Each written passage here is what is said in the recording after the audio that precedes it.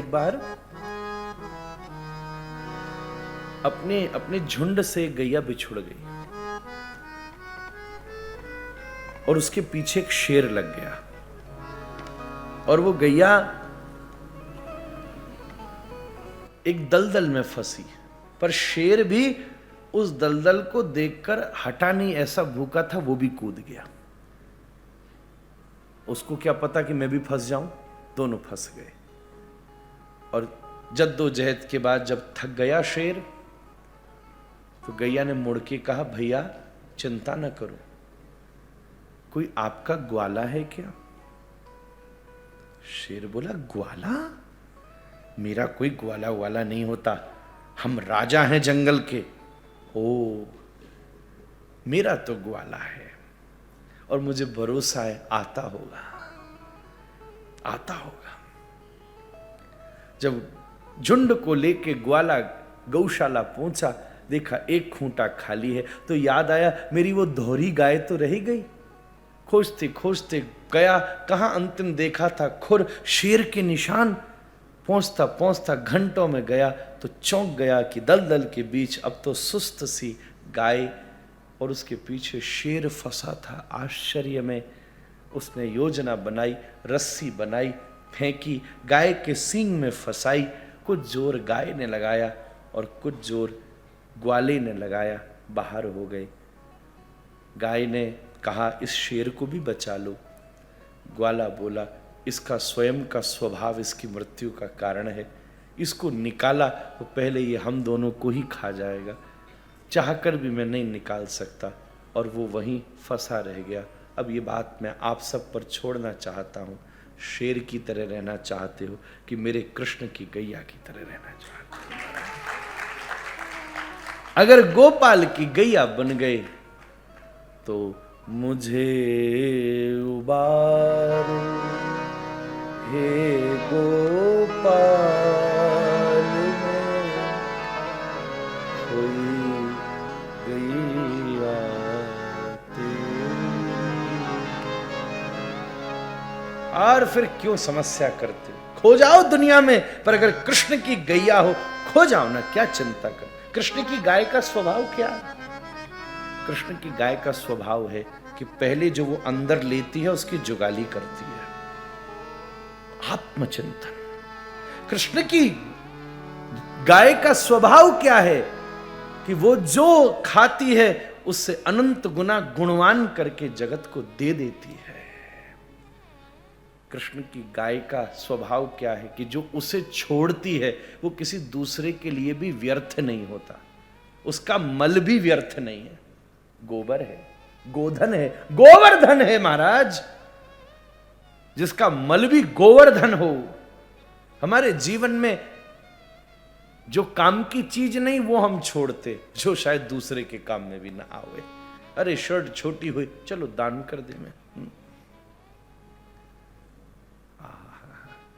ऐसे कृष्ण की गाय के कई गुण हैं, कई गुण हैं। और जब वो बन गए तो दुनिया में खो भी जाओ तो चिंता नहीं फिर, पर किसी दिन खोई हुई गाय को याद आ जाए तो पुकार देना, क्या तुम ढूंढो मुझे गोपाल में कोई गैया। सबसे महत्वपूर्ण शब्द है, सबसे महत्वपूर्ण शब्द है भैया।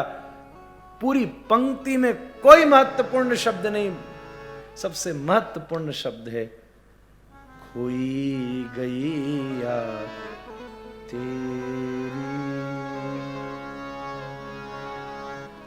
और एक बात बताओ, गाय हुई तो लावारिस भी मिल गई ना, तो कोई ना कोई गौशाला धरी लेगी। अगर कृष्ण की गैया हुए और जगत में लावारिस भी मिले ना, तो कोई ना कोई संत रूपी गौशाला आश्रय दे ही देगी। यही गौचारण है महाराज। खूब चरा ली गाय, पर इस गाय को अब उस गोपाल को चराने दो, जो इस गाय को जगत ने चराया है। इस बार इस गाय को उस जगन्नाथ को चराने दो महाराज। बस मुझे उबारो हे गोपाल दलदल में जब कोई फंसता है ना तो उबारने की जरूरत होती है। और जब भैया सारी ताकत खत्म हो जाए ना, भाग्य की भी और मेहनत की भी, तब केवल प्रार्थना की ताकत ही काम आती है। हाथी के काम भी वही आई, द्रौपदी के काम भी वही आई। 5 पति सामने बैठे, साड़ी की गांठ खुलनी बाकी रह गई थी, बस सारी इज्जत ताक पर आ जाती। पर गांठ खुलने से पहले ऐसा लिपटाया कृष्ण ने कि 10 सहस्त्र गज बल घट्यो और घट्यो न 10 गज चीर मारा। अंबार लग गया साड़ियों का सामने। विदुर ने खड़े होके कहा, हे अंधे धृतराष्ट्र, अब तो देख ले, ये द्रौपदी की साड़ी नहीं खिंच रही, ये गोपाल का पीतांबर खिंच रहा है। साड़ी का छोर तो कोई कामी भी पा लेता है, पर पीतांबर का छोर तो शिव तक को न मिला, आज तक ब्रह्मा को भी न मिला, इंद्र को भी न मिला, योगियों को भी न मिला। अब तो द्रौपदी का मेहनत भी खत्म, भाग्य भी खत्म, पर प्रार्थना काम करी। हाथी ने अपनी कोशिश मार ली, खानदान की कोशिश मार ली, इतनी सी सूड़ बची और क्या बोला, मुझे उबारो हे गोपाल में खोई गैया तेरी।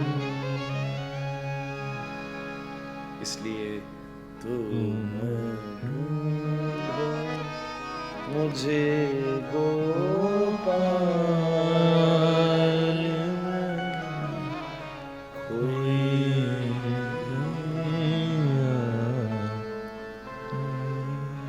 प्रार्थना वस्तुओं से नहीं होती, अनुभूति से होती, भाव से होती। शबरी के झूठे बेर भी काम कर जाते हैं अगर भाव की सामर्थ्यता हो तो। कृष्ण की गौचरण लीला ऐसी ही दिव्य है, उसको इस भक्ति के नजरिए से भाव से प्रस्तुत किया गया। समय उल्लंघित होता जा रहा है, पर थोड़ा भैया ने आते समय हमको जरा सी तान छेड़ दी, बढ़ाई अब कोई बात नहीं थी। फिर भी मैं गिरिराज पूजन और 56 भोग है, और जब भोग सामने हो तो फिर कहाँ बढ़ाने में मजा आवे। पुरानी ब्रज की कहावत है, भूखे वजन होए गोपाल, ले लो अपनी कंठी माला मारे, क्या करना। अतः अघासुर अजगर के रूप में आया, उसका प्रभु ने वध किया। अग शब्द का मतलब होता है पाप। जब जीवन में इंद्रियों को आप नियंत्रित कर लेते, तब सबसे पहले आप जीवन से पाप को काटना खत्म करते हैं।